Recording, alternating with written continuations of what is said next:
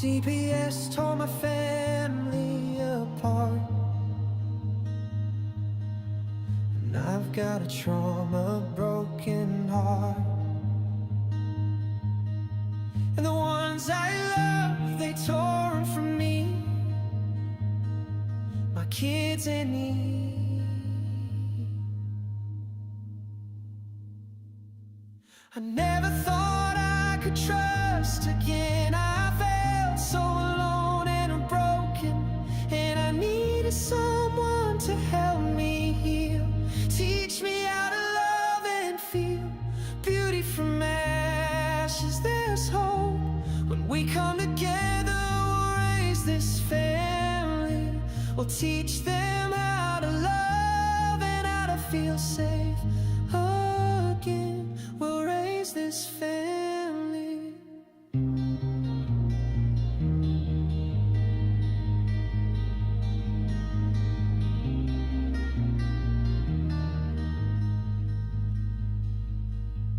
CPS tore my family apart,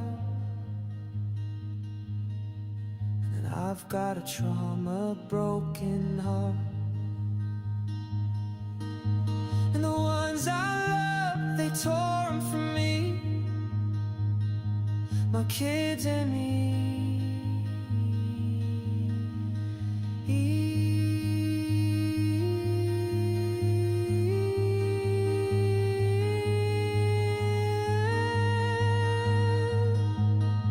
I never thought I could trust again. I felt so alone and broken, and I needed someone to help me heal.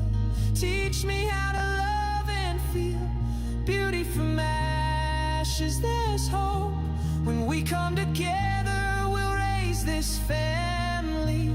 We'll teach them how to love and how to feel safe again. We'll raise this family.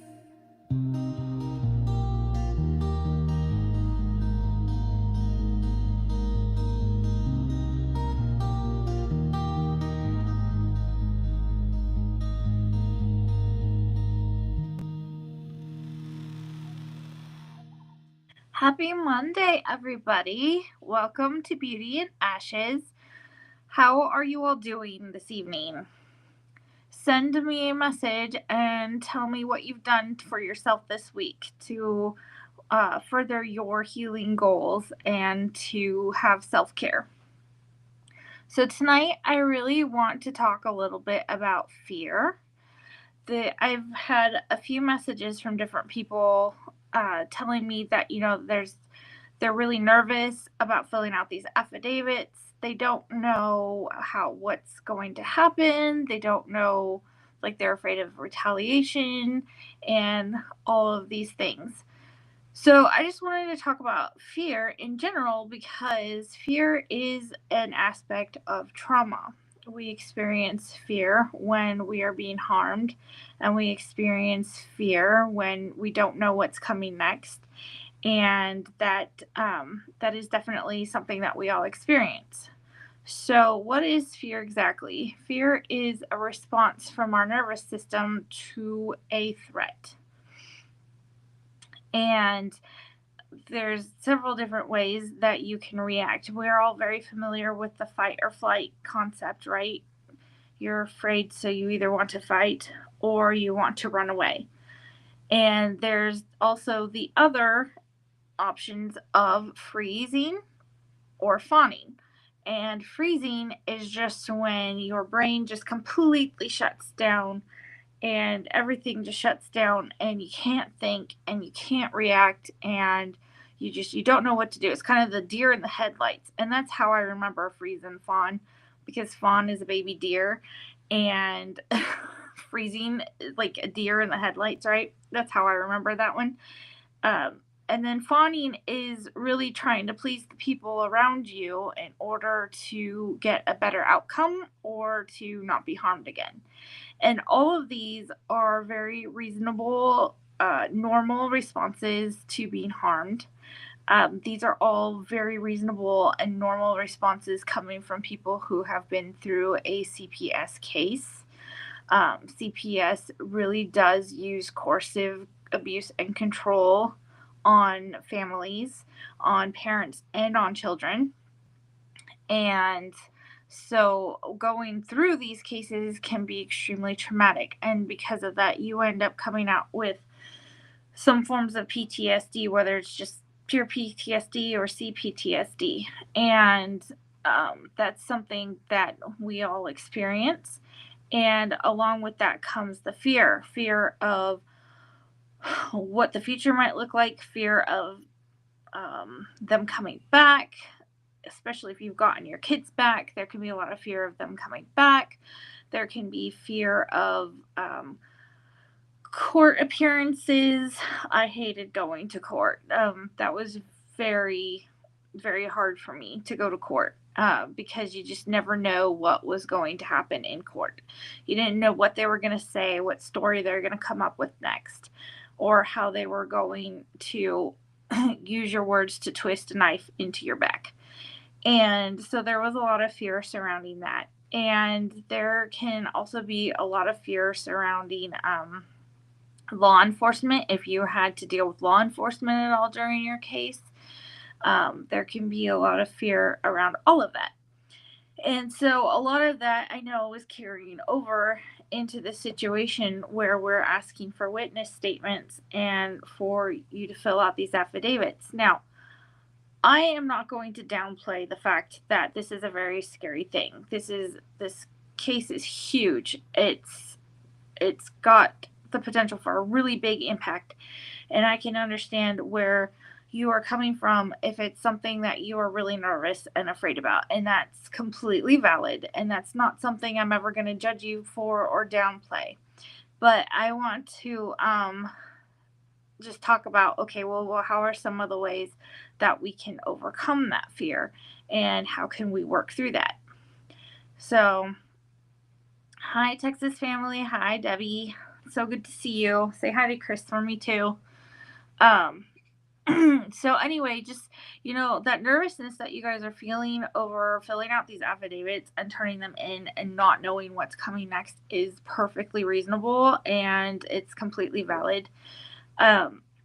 So I want to reassure you, for one thing, we are we're doing our best to cover you, and there are case laws in place to protect people who become federal witnesses. So we're doing the best that we can there.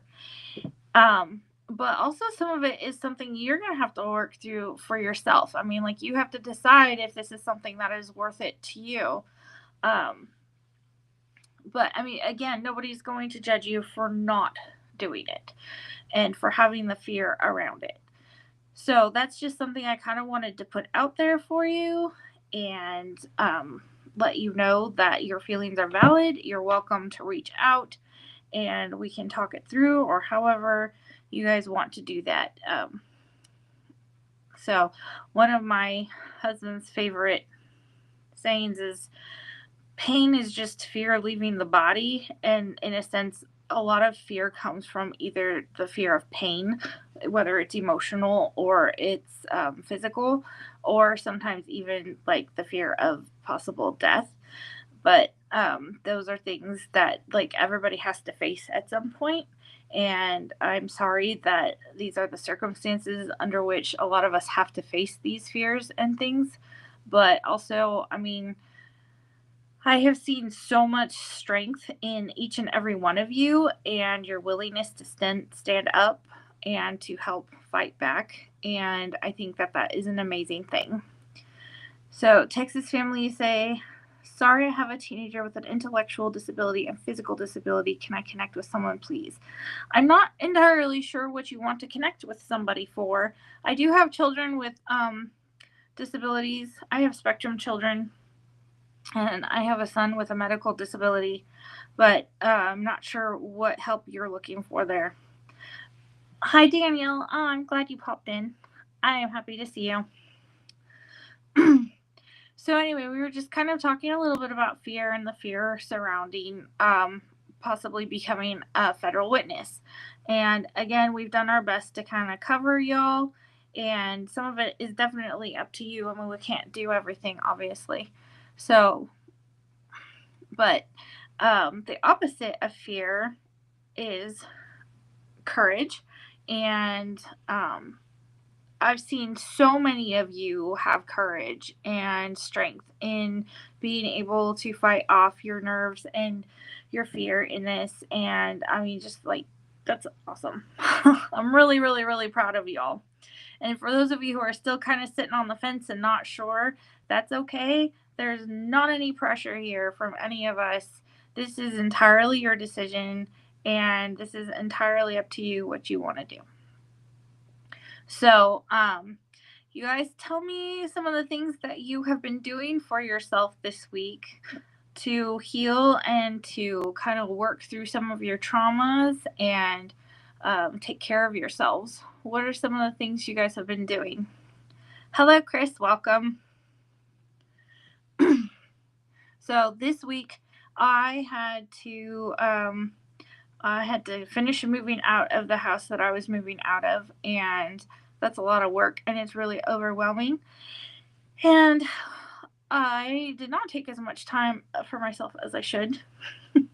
And my husband very kindly reminded me to practice what I preach. So I did take some time for myself to read the other night, because reading is one of my coping mechanisms. Like, it really helps me kind of clear my head and kind of reset. So I picked up a book the other day and read for a little while. And I'm trying to make sure that I get plenty of water in a day. That's so important. Oops. Danielle says, hello, love. Good to see you. Oh, yeah, I can see you too. Don't let fear stand in your way. Success is never final. Failure is never fatal. It's courage that counts. That is an awesome saying. I think you should totally make a post with that saying, Danielle. I actually have never heard that one before, but that is very true. Fear can be extremely crippling. It can really keep you from moving forward. And I think that a really good question to ask yourself when you hit that wall of fear, something that I've kind of had to put into practice a few times, is asking myself the question, okay, I'm really afraid of this, and I don't know what to do. I don't know what's on the other side of this, but what happens if I don't? Like, what happens if I don't make this decision? Is this something that has the potential to change everything for the better, or is it something I should avoid completely? And if it has the potential to change things for the better, then what happens if I don't? You know, and that's, I think, a really good question to ask yourself when you hit that wall. Being out of the heat. Oh my gosh, Danielle, the heat's been horrible. It's not even the heat, it's the humidity. It's just really awful this year. You walked, Chris? I actually got up and walked this morning first thing, and I have to say it really helps with my mental clarity and my ability to focus throughout the day when I get up and start moving right away. Get that blood pumping. Texas family. Oh, there's no overstepping here, hon. You can throw things in the comments all over. I kind of like go with different comments, and I can change topics as I go. And that's no worries. I will usually start with something, but you all put things in the comments and I go on tangents, and it's fine. I'm here to support you. This is your safe space, and if you guys need to vent or ask questions or kind of like just, breathe, this is your place to do it. Yes, fear can hold us back. We don't need to second guess or self-destruct. Yeah, self-destruct. Sometimes giving into that fear is self-destruction. Fear can be a positive thing, as it can make us cautious and it can help us, think through things really well before we make a choice. But living in fear is not healthy, and in general, it can really hold us back from what we need to be doing and being successful at it. Heat is bad. I know, and you're all the way down there. Ugh. Texas family. I'm dealing with CPS. They terminated my rights May 14th. My son now has 2 criminal charges. Was placed over a year ago juvie. Oh my goodness. Yeah, I don't really know where you're going with that. So this is your son, and he's been in juvie. They terminated your rights. Are they blaming you for your son's actions? So, yeah, I don't know. I honestly don't know how that one works. He's 14. Yeah, you're going to have to give us a little more information. I don't know where you're going with that one. So, I know Debbie's been really worried about her grandson. And Danielle, you're doing an awesome job helping us with the chat bots and stuff. I put that thing out on TikTok for you, by the way. I don't know if you saw that. I tagged you in it. So Danielle is actually, I'll just put this out there. Danielle is going to do a show tomorrow to help go over the chat bot and the process for filling out the affidavits for those of you who might still be not understanding how it works or running into technical difficulties. I get a lot of questions about it, and I am not an IT person. I am not great at it. So I always tap Danielle because she's the genius behind the creation of the chat bot anyway. So that's who you all need to talk to. Oh, Texas family, it's fine. You think so, but you're not charged. Well, you're not charged with a crime, but your child is, apparently. So a lot of us out here have had rights terminated because they just decided to terminate them, not because anybody has charges on them. Hi, Chris. It's nice to see you. Thanks for popping in. I miss you, girl. Yeah, there's a lot of parents out here who are dealing with that. Just getting TPR just for no reason, no charges, no nothing. They're using the allegations from his criminal charges retroactively as the basis of which they allege the kids needed to be removed. Of course they are. Of course they are. That sounds right.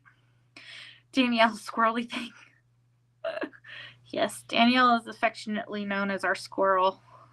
We never know where her brain is at any given time, but she's not the only one, so it's fine. Hi, Louis. Yes, Jeannie, absolutely. You definitely need to tune into Danielle's show tomorrow then, if you aren't sure if you are doing it right, because she's got all the info for you. Miss you more, yeah. Well, you should text me, silly. All right, so what else shall we talk about tonight? So we're kind of I've been talking a little bit about fear and how it holds us back, because I know there's a lot of parents who've been nervous about filling out these affidavits and becoming a federal witness. It's a big thing. It's a scary thing. And it's not something that you do every single day, right? Like becoming a federal witness in a case, that's a big deal. And I can completely understand, and I recognize the fear behind that and the nerves about doing that and becoming a federal witness and not knowing if, there could be retaliation or there could be consequences for that. I think what it comes down to is you have to decide if it's worth it to you. We have the possibility of making some very positive changes here. And as far as Gunnar and I are concerned, we're going to do it with or without you regardless, but we wanted to give you all the opportunity to have a voice in it and to have a chance to speak up and to help bring the point home. So, and we know that that's not a small thing. The CPS worker admitted he would have closed my case back in February of 2024, leaving the kids with me, but he didn't. Yeah, so they lie. I mean, I'm just going to be perfectly honest with you. They lie. Fear. Forget every affidavit rumor. There we go, fear. Don't let those rumors stop you. That's a really good one, Danielle. I might steal that from you. Or you post it and I'll repost it. Forget every affidavit rumor. Ain't that the truth? An affidavit is merely a witness statement. So you're merely just it would be like putting you on the stand and having you say what your experience is under oath. It's the same thing, except that you don't have to appear in court. You sign it under a notary and it becomes a sworn statement. So it would just be like you getting subpoenaed into court as a witness. I've watched Gunnar. I'm Darren's cousin.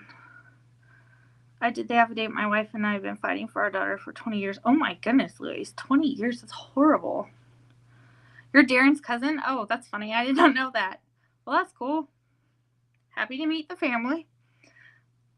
CPS, PTSD, push through. God is greater. We must get the affidavits in.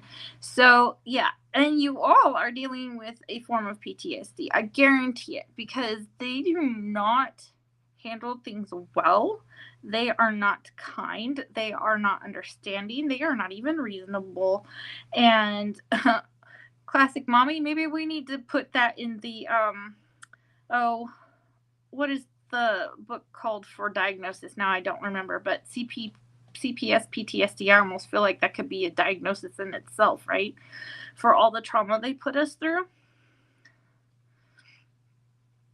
Texas family, the CPS worker didn't have any reason to remove the kids. He said he left this case open only because the CPS attorney told him to.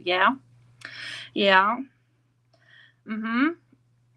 So they actually closed our original case, and then they sent another caseworker in on a rumor and a false allegation saying that we violated a court order, which was absolutely not true. And they put a whole nother case on me at the time. They just do. That was on the stand in court. The CPS stated he would have left them with me, and they still terminated. Of course they did. DSM-5.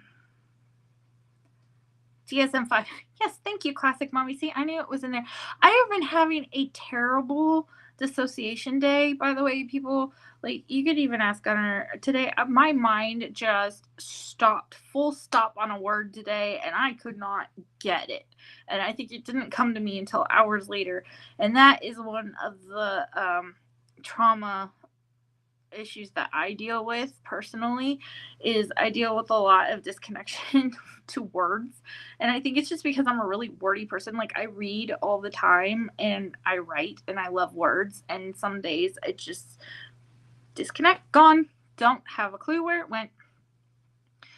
And so that's one of the things that I definitely deal with, is that little bit of dissociation that comes with the territory. Yeah, Danielle, anxiety is another big one. So anxiety is connected to fear. Anxiety and fear are very connected. They're almost synonymous, in fact. And so, yes, Louise, trauma response, absolutely.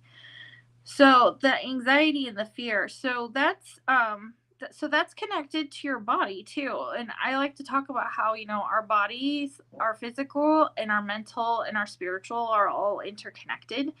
And your anxiety is connected to your body through your see, here we go. The gland that's on top of your kidneys. Somebody give me the word, please. Hi, Lauren. Welcome. So it's connected to your cortisol and your epinephrine in your body. And when your cortisol levels are too high, you get a lot of anxiety. And that's that's a stress response to, which is a trauma response.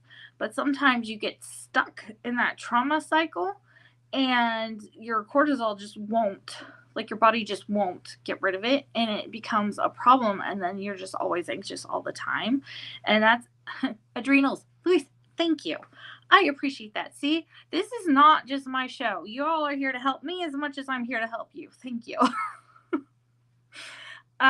Depression connected to anxiety. So depression is a little bit different from anxiety, but depression is absolutely 100% connected to PTSD and to trauma responses.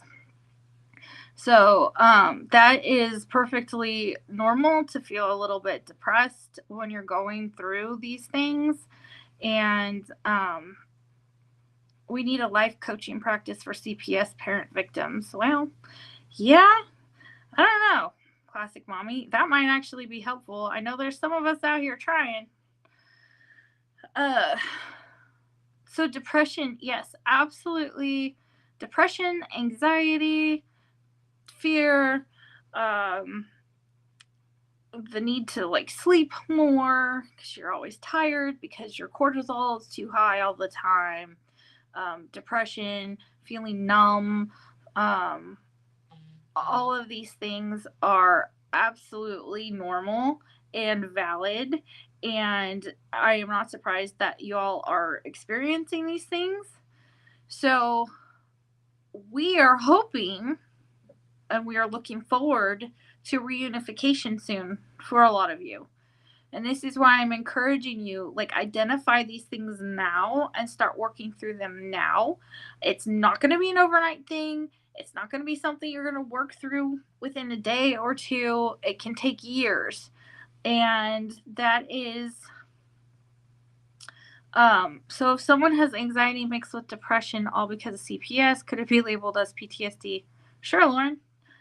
In fact, I do honestly believe you should look up CPTSD because a lot of the CPS cases, I think, actually result in CPTSD, honestly, because they're more prolonged and you're under the stress longer.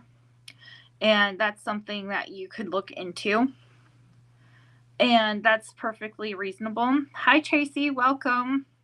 You're a survivor. Are you a survivor of PTSD? Haha, CPS? Or did you have a case with your kids, or were you a kid in foster care? What are you a survivor of? My wife and I are past the point of anxiety and depression. It's the norm until Priscilla comes home. Yeah, it is. It is. And you learn to live with it. I mean, honestly, a lot of us are out here working with high functioning depression. It happens. You have to function in life and you have to keep going, but it's life is not what it should be, especially when your kids aren't with you like they should be. I have wicked PTSD and for years, but my daughter, what's the C for? Honestly, I'd have to look it up. CPTSD is just, it's a little bit different than PTSD. It's like when your trauma is more prolonged, like you've been under that stress for longer. And I honestly don't remember what the C stands for. Somebody else might know. Or I'd have to look it up. But that's, again, perfectly normal to be going through all of that. So yeah, and so the anxiety and the fear and everything else. So some of the things that I recommend is get out in nature is a big one. People don't even understand how healing nature can really be, and finding ways to connect with nature can really help overcome some of those anxieties and those depressions. And goodness, hi Jeannie, that's a very long message. File an affidavit because I've been through so much. See what's in my care. Well, if you even have things on video. So we were looking, like, if any of you have videos of, yes, complex PTSD. Thank you, Classic Mommy. I appreciate that. That's what the C is for, is complex, I believe. My wife tells me to make as much money as possible and she'll handle the rest, but it's hard to work a 12-hour day and not want to go nuts. Oh gosh, I work 12s. 12s is rough. 12 is rough. Okay, Danielle. I'm glad you're still here. Yeah, there you go, Lauren. So, again, these things are perfectly normal. One of the things, like, I absolutely 100% like recommend you do some research on some different things like turmeric and ashwagandha. A lot of herbal supplements can help support your body through some of these really stressful times and going through PTSD and a lot of those things that you're dealing with. A lot of dietary things can actually be super helpful. Getting your bare feet out on the grass can also be super helpful. Taking a walk outside. If you have a pet, taking them for a walk. Lauren, yeah, turmeric is like, I tell people turmeric is magic, especially if you have a lot of inflammation and being under stress for a very long amount of time. Your body will react, like it affects your body. I know we've talked about The Body Keeps the Score, which is a book that was written to explain a lot of how trauma impacts your body, and that is something that I like to point out is everything that affects you from the outside is going to affect you from the inside. So, yes, turmeric and everything. She Legit, Luis, I love She Legit. I also take that one too. That helps a lot. Yes, for animals too. Power grid is going down in some of the northern states. Everyone be safe out there. Oh, I guess we're getting some big storms then. So, yeah, trauma comes from the outside, right? Everything that we experience as trauma is usually coming from the outside. It is going to impact us from the inside. Like it's going to impact our bodies. It's going to impact our minds. It's going to impact our spirit. It's going to impact everything about us. And it's up to us to take the responsibility to heal ourselves from that trauma. So that's what I tell people, your trauma comes from outward, but it's your responsibility to heal from inward. So, Pennsylvania, New York, Wisconsin, New Jersey, Ohio. Oh, goodness. That's a lot of people without power. What was I going to say about videos? That's a good question, Jeannie. What was I going to say about videos? I'm not sure where I was going with that one. I'm sorry. I'm a little squirrely tonight. Like I said, I've had a really hard dissociation day. So I am really excited. I have got a couple guests lined up to come join me the next couple weeks, hopefully, and share some different perspectives with us. And I am super excited about that. I love doing this and I love being here for you guys and stuff, but sometimes it's a little weird sitting here by myself and talking for an hour, and then I feel like I go on tangents and it's hard for you to follow. So it'll be nice to have some people come on here and talk with me. So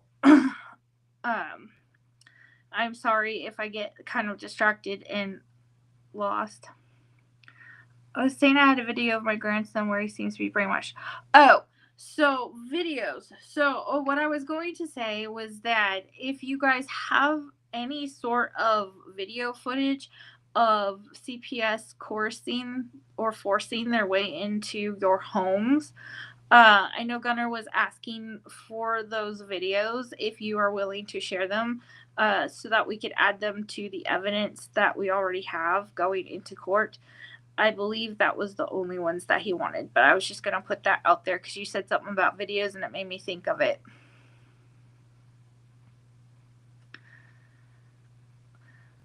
You want us to send y'all videos of these cart people. So I think he was focusing just on coercion and forcing their way into the home, or like the initial moment when CPS kind of interacts with you. So, and those you can send to Gunner's email if you have them, if you're wanting to share. Lauren, there is no deadline currently. So where we're at, we're just at the beginning stages. So we have it all filed. It's in the system. We have a case number. It's in Pacer, but we have not gotten a response yet. So until we have like a date set, we're assuming that the next step is going to be mediation. And so until we have a date set for anything, you guys can keep sending us affidavits until we know otherwise. So you're fine. Classic Mommy, if you have audio recordings, especially if it's of coercion to enter or forced entry or whatever, send them to Gunner if you have his email. It's gunning4 with the letter 4 cps at yahoo.com. If you're willing to share, that would be great. Lauren, yeah, a lot of us, like I did not have the presence of mind to record the day that he came to my house. I had he actually showed up as I was in the shower, and so like I had the kids yelling at me that somebody was at the door, and like I jumped out of the shower really quick, and I was so distracted with 3 little ones, and I just got in the shower, like I didn't think to record. And a lot of parents don't, because they don't exactly announce when they're coming over, and you don't know that it's going to happen. And so a lot of people don't think to record. And those that do, good for you, because that I would highly, highly, highly recommend that. Oh, yeah, that's Gunner in the back. He says mediation is next. They will offer to settle out of court. Yeah, not a chance. No, we won't settle. Then they set a trial date with a strict schedule to keep that date. That is when deadline begins. So deadlines begin once we get a trial date. So we're not even there yet. So you guys have plenty of time. And if you know other people out there who might be interested, please share, tag and share. That would be great. Get the word out there. We're doing the best we can, but we're a small team. So any help getting the word out there is absolutely fantastic. So no deadlines yet.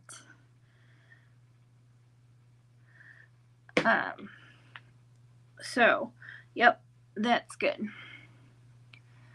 I was in a transitional sober home. I took my cell phone when I got there and then called. Oh, yeah, that sounds about right, Lauren. Yep, they show up at weird hours, like weird hours. Never anything that you would expect. And they definitely work around, and they know. I'm pretty sure they knew my husband wasn't home when they showed up. Lewis says, hi, Gunner. He's running the back room for me. So, impacts of fear and anxiety all on your body and your mind. He says, hi back. Thank you, Luis. Oh, we really appreciate it. I don't even know if I'm saying your name right. I'm sorry if I'm not. Thank you for helping us spread the word out. We really, really appreciate that. We've actually seen a really big uptick in traffic, which is fantastic, because the more people that hear about this, the better. And that is absolutely fantastic. We are so grateful for every one of you who has been supporting us and has been filling in affidavits and sending them in and coming to our shows and helping us share. Like, we really, really appreciate it. We're doing this. We're doing this because it needs to get done. But all the support and help is fantastic. We really appreciate it. So, let's see. Sorry, guys. Hold on. Oh, Danielle, you there? You want to pop on? You can. Gunner, can you send Danielle the link? She wants to pop on for a few minutes. She'll come on and talk with me. I love talking with y'all. Sometimes today, I've been so busy running around crazy, I didn't have time to prepare as much as I would like to. So I did not have as much prepared for you all tonight. But it's okay, because, we get to do some of this interaction, and I think that that's really great. I mean, my purpose here is I really want to help you all be seen and heard and understood and validated. And I want this to be your safe space. And I know sometimes some of the shows go a little crazy and we don't always have time to interact with everybody. So, but this is kind of like our little community place. So, I am happy that I can be doing this. No, the kids don't deserve this. Us parents don't deserve this either, but the kids really, really, really don't deserve this. And not a day goes by that I don't hear another heart wrenching story that just breaks my heart.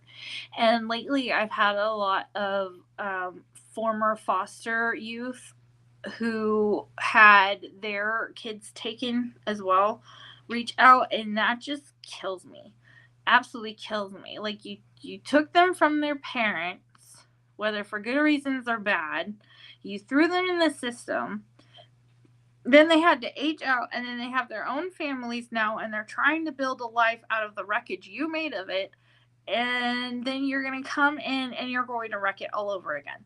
Like, I just don't. It's mind boggling. It's mind boggling. I don't understand it. And it's awful to hear, because I really do think that they target people who were kids in the system. I just think once you're in the system, there's no getting out of it. It seems like they keep tabs on you or something. It's awful. So, and no, parents don't deserve this. Not this way. And again, you will never hear any of us say that a child should not be protected, because we absolutely 100% believe that children need to be cared for properly and protected. However, this is not the way to do it. And I really want to, pose the question of what is a better way to do this, because we need solutions and we need understanding that this the, this is not working. This is not working. The government systems are not working, and they were not meant to work. Honestly, they don't care about people, and having to deal with them is heartbreaking, and it's destructive, and it's anxiety inducing. And it's not working. So we need better solutions. And honestly, I personally, and you all can disagree with me because you're allowed to, but personally, I believe that we'd be doing better if we went back to a community mindset and we learned to take care of ourselves and our neighbors and respect boundaries, but also hold each other accountable. I think that keeping an eye on things together is better than having the government, who doesn't know us as people, who doesn't care about us as people, who is just a mindless machine at this point. I mean, they don't care about kids. I'm one of those. I'm one of those parents. Like, if you live on my street and your kids are playing, I'm keeping an eye on them. I just am. Like, if you are in the general vicinity, like the other night, my kids were playing in the pool with a bunch of other kids, and the other parents were there, and they were keeping an eye too, which is fantastic. But we were all keeping an eye on all of the kids together. Like, why aren't we supporting each other in this way? Like, why are we so caught up in our own selves that we don't have the time to give a hand to our neighbor? Like, this whole idea of me and I all the time is just not helping. And I think that it's, I don't want to say necessarily selfish, because I mean, you do have to take care of yourself first. Like, you have to. And we're all in a place, especially in this economy, where it's very difficult just on our own.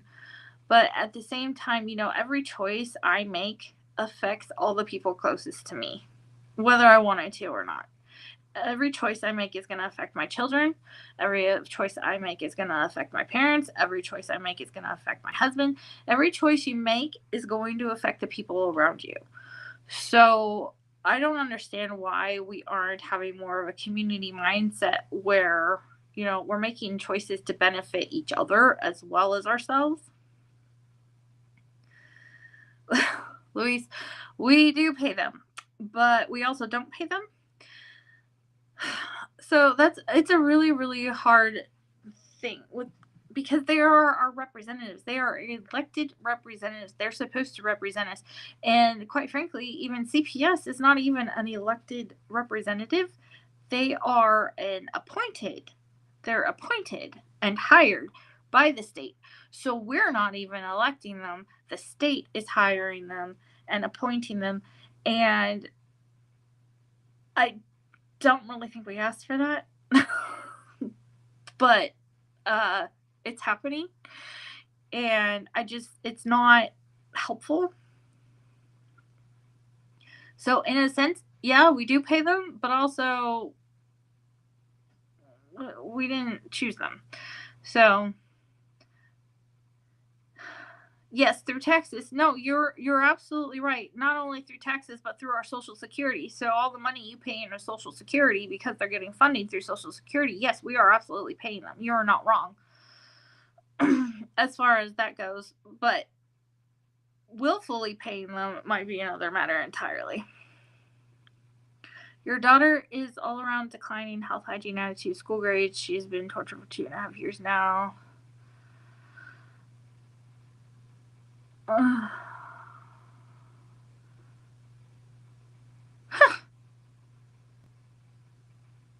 Oh, for goodness sakes, Lauren. Yeah, judges just, I don't know. I don't know. I've heard that so many times, like kids ask to go home and they just ignore them. Oh, you're in New Hampshire. Okay. No. Nope. It doesn't work for people. I believe that the system is doing exactly what it was designed to do, unfortunately. Just like our public education system is doing exactly what it was designed to do. And that is not to help people. It's to keep us compliant and complacent and slaves to the system, basically.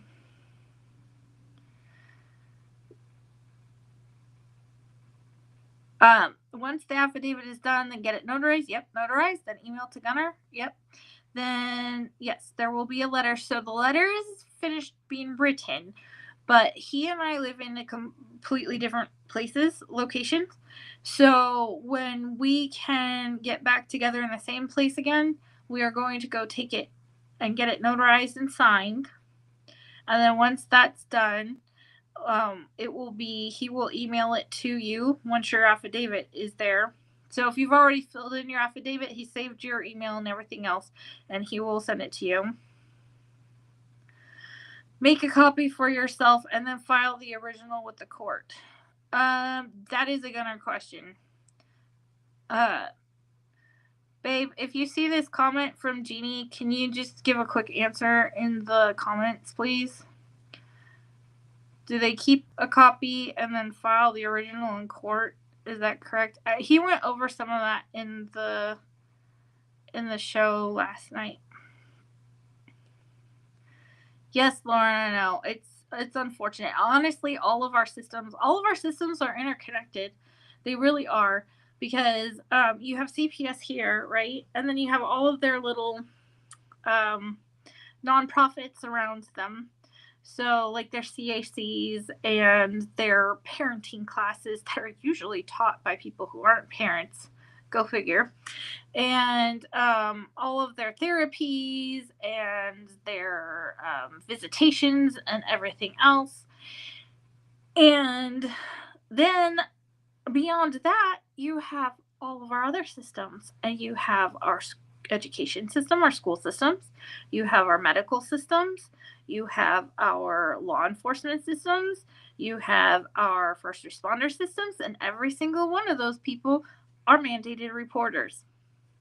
Ever thought about that? Why are so many kids taken out of hospitals right away? Why are so many kids reported because they said something to their therapist, or their teacher is not happy with something and reports them? Like, all these people are mandated reporters, and they are all in a specific system. Our systems are doing exactly what they were designed to do, and that was not to support us or help us. Unfortunately, we would do so much better if we took care of ourselves and each other. We really would. And that is my personal opinion, and you can take it for what it's worth, or you can cast it aside. I don't care. Um, that is what I see from here, and I can probably prove half of it. So I would really love to do a special on education sometime, a show on education, because I actually have gone down a lot of rabbit holes about our education system. And I was raised in a homeschool family, and I homeschool my kids, and there's just a lot of things I have seen and experienced, and um, just a lot of research I've done into that. So someday maybe I would like to do that for you guys.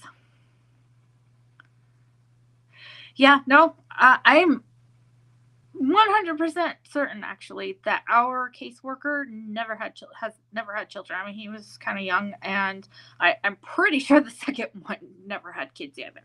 You can kind of just tell, like, when they come in, they're so awkward with children. They don't know what they're doing. They sit there and go, well, who are you to tell me how to parent my kids, man? You've never had a kid. And especially when you have special needs kids, like I have spectrum children. Spectrum children. They are not your average child, and I say that very loosely because every child is different regardless. To adopt in New Hampshire, there's an adoptnewhampshire.com, who ironically ran the service provider, who is the reason why my case is now heading to trial for TPR. Now I don't see my kids at all or get calls. They have a fast track pipeline. Yep. No adoption fees. The kids are free. Yeah, I don't know about that. That's yikes. Lovely ladies, please reach out to me. Who are you asking to reach out to you? Me? I don't know how to reach out to you. You can, anybody can reach out to me by emailing me. It's just beautyandashes@yahoo.com. And you're more than welcome to send me your stories or vent or whatever. I'll read them. I'm a reader. I will happily read a 900-page novel. So if y'all just need a vent or whatever, just need somebody to listen, I don't care. You can email me. That's kind of what I'm here for. Sometimes you just need to know that somebody is listening, and sometimes that makes all the difference in the world. And I am more than happy to do that for you guys. So, yeah, the adoption agencies. Oh man, there are so many issues with adoption, which is sad. I used to be one of those people who absolutely 100% believed in adoption, who wanted to foster, who believed in mandated reporting, who wanted to see children, I guess, not necessarily removed, but I want to see them protected, right? And I still want to see them protected. But the fact that I went through psychology, so I did an EMT training, so I was trained up to be a mandated reporter. And so I truly 100% like believed in the system. I wanted to be a part of it. And it's so true that you just don't know until it happens to you. And then it makes you pause and it makes you think, and you look, oh, there's a problem here, and it is a big problem, and it is not what it seems to be from the outside. They are not what they say they are. And so I have a lot of grace for people who come at us and say, well, they just are doing this for reasons, and there's a reason. And like, I have a lot of grace for those people because I was there. I thought that way too. Like, CPS doesn't remove children unless they need to be removed, right? And um, CPS is there for the good of the children, and they help people. Well, we know now that that's not necessarily true, but at the time, I 100% believed it because I was trained up in that. And I was brainwashed to believe that the system was protecting children and that they were doing the right thing, and that, mandated reporting was a good thing. And so it's been quite the world shattering experience for me to find out that that is not the case at all. And so I have a lot of grace for people who still believe and who struggle with that, because uh, I've been there and I get it. And I think having patience with them, and I try to do my best to educate them gently and let them know, I understand where you're coming from because I was there too. And you just don't understand until it's happened to you. But please, have conversations with some of us who've been through it and understand that that's not really the case. Louis, Gunner's email is easy. It's just gunning4cps with the number 4, gunning4cps at yahoo.com. So our emails are really easy. It's just our show title at yahoo.com. So, and that's how you can get a hold of us. Classic Mommy, you and your husband are products of public school. We chose to homeschool 7 children. None of our workers have children. 4 of our kids were adopted for free. If I knew then what I know now, well, yeah, I know. Well, and that's part of the education system. You're raised in it. You get it. Gunnar and I have had a really fun time with that experiment because he was raised in public school and I was homeschooled. His kids were raised in public school, mine are homeschooled, and so we've really been able to compare like the quality of education and of life and everything else between the two. And there's a huge difference there. People don't even realize, and it cracks me up because people still, since I was a little kid, we would get the comment, and they still, well, what about socialization? Honey, if I wanted my children to be socialists, I would send them to school. That is the truth. And my kids interact with everybody, so I'm not even worried about it. It's crazy the propaganda that surrounds it. It's crazy the propaganda that surrounds all of these systems, and it's true. And once you've identified it, you can't unsee it, and then you're stuck trying to work through it and figure out, okay, what do I believe now? Because everything I was taught to believe and was raised to believe were lies and propaganda. And what do you do with that, and how do we change it, and how do we make changes, and what can we do to make this better, because this is not working. So Jeannie, so our situation was unique. So we were a mixed family, and his kids were older and mine were younger. I was able to keep my children, and I mean, I fought hard to do so. I think some of it was a little bit of technicality. Another of it might have been the lawyer that I hired, who kind of kept me from going off crazy and getting myself into trouble. I got to keep my kids, but in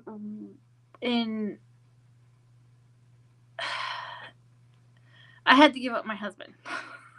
Let's just put it that way. So I got to keep my kids, but in return, I had to give up my husband and my home. And he lost his youngest for a couple years. They put him with his mom, and unfortunately, that was not great. So Gunnar had his son taken for a couple years, and he did not get to. He had visitation for a little while, and then they took it away on a technicality, and that was really rough for him. And then he had his business tanked, and his health tanked, and he went through, I think he's had it harder than I have. But I had to leave home, and I had to move in with my parents again. And then I rented for a little while, and then I've moved back in. So we've been doing this completely separated for almost 3 years. We've been fighting to get back our family back, and we've been fighting to make it right again. Yeah, so they love to separate people because it weakens you. It really truly does. And that's an unfortunate part of this. No, Louis, it wasn't right. There was definitely something wrong with that, but nobody's gonna listen. So All right, looks like our time is up tonight, guys. Thanks so much for coming out. Again, you can reach me at beautyandashes@yahoo.com, or you're welcome to find me on TikTok. That's also under Beauty and Ashes. This And is I do beauty messages. in ashes, But and take care of you're yourselves this not week. I've got alone. some guests coming on Here this we week, turn hopefully. silence And into a home. take care of yourselves and Each tear becomes have a a great week, drop guys. of truth. You are most welcome. I thank Each you all for truth coming out and becomes being a a part of it. sacred root. We appreciate all of you. We teach the soul to breathe again. Oh, and don't forget to stay hydrated. The heat, you guys. The summer is already unbearable. So drink plenty of water, take a walk, take care of yourselves, and I will see you here again next week. Let it rock. You are love, you are light, you are soul reborn. You're the calm in the eye of your own storm. On beauty and ashes, we say your name. We hold your pain. We light the path until you can walk it on your own. And even then, you're never true.